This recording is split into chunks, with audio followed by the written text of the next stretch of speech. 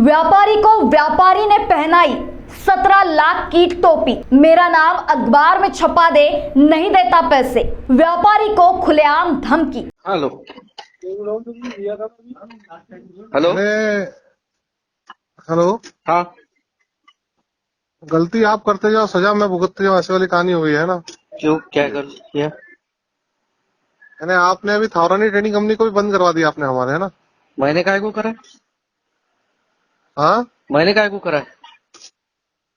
ठीक है ना, आप जो जो करवा सकते हो करवाओ। अब तुम मेरे से वसूल करके दिखाओ।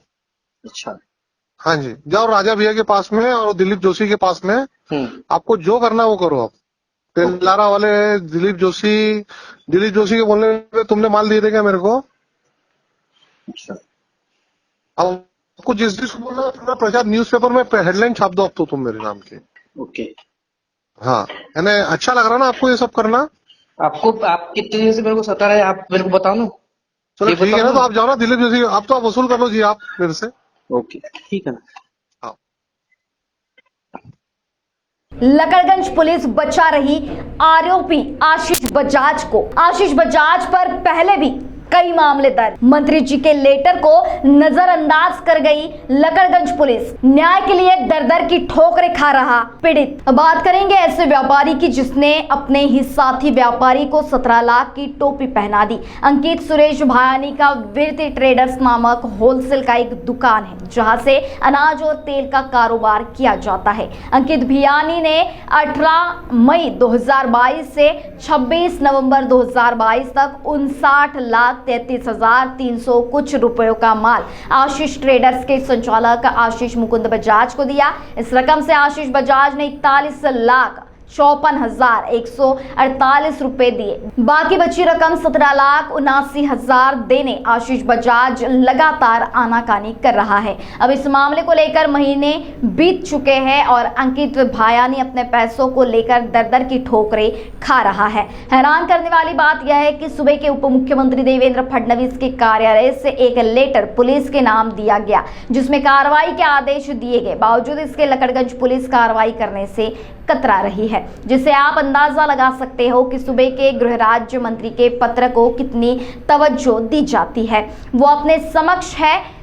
अपने पैसों को मांगने पर आशीष बजाज अंकित भावानी से कहता है कि मेरा नाम पेपर की हेडलाइंस में छपा दे, मैं तेरे पैसे नहीं दूंगा। आपको बता दें कि आशीष बजाज पर इससे पहले भी 420C समेत कई मामले दर्ज है। ऐसे आरोपी पर अब तक कार्रवाई न होना इस बात का संकेत है कि कहीं न कहीं पुलिस आरोपी को बचा रही है। यही कारण है कि मंत्री जी के पत्र को अनदेखी किया जा रहा है। बहरहाल पीड़ित व्यापारी अंकित भावानी ने अपनी आपबीती महाराष्ट्र टीवी 24 पर बयां की। क्या कुछ कहा व्यापारी ने, सुनिए। मेरा नाम अंकित सुरेश भायानी है। मेरा वीरती ट्रेडर्स के नाम से फर्म है और मेरा खाद्य तेल और अनाज का व्यवसाय है। इस व्यवसाय के अंतर्गत मेरा आशीष मुकुंद बजाज इनसे किराना का, तेल का और अनाज का माल लिया था। इनकी तरफ बकाया मेरे 17,79,191 रुपए है, वो देने के लिए आनाकानी कर रहे हैं। इसके लिए मैंने लकड़गंज पुलिस स्टेशन में एक FIR तकरार अर्ज दिया था 6 जनवरी 2023 को, बट उसके ऊपर भी कोई कार्रवाई नहीं और 11 जनवरी 2023 को CP को भी तकरार अर्ज देने के पर भी कार्रवाई नहीं।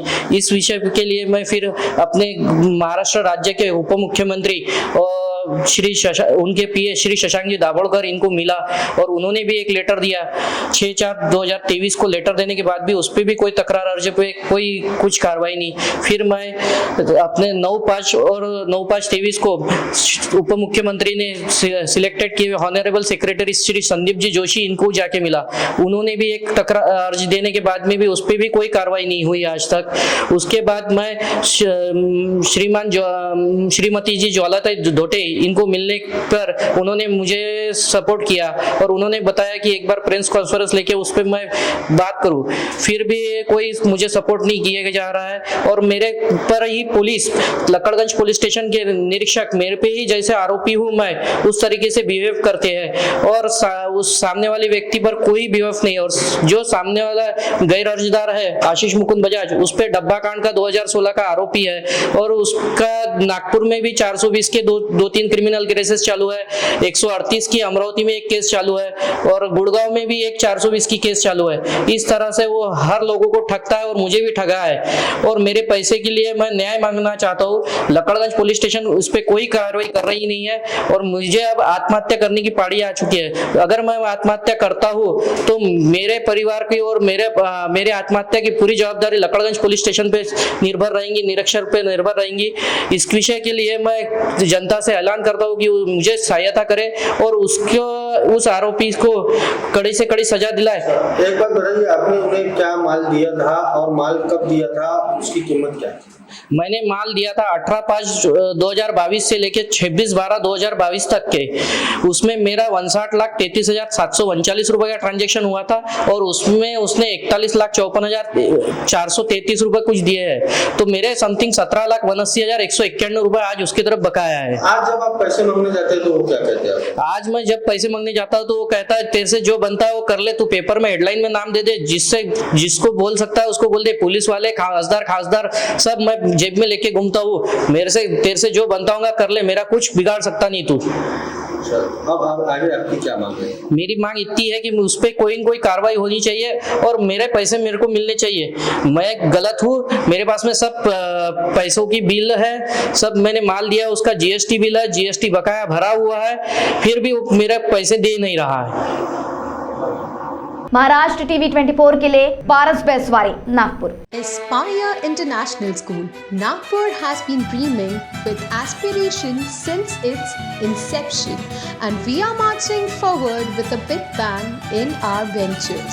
Our school has all the amenities for sports, laboratory for languages, maths, science and IT lab, playway methods, engaging activities and moral values are the basis of our procedure.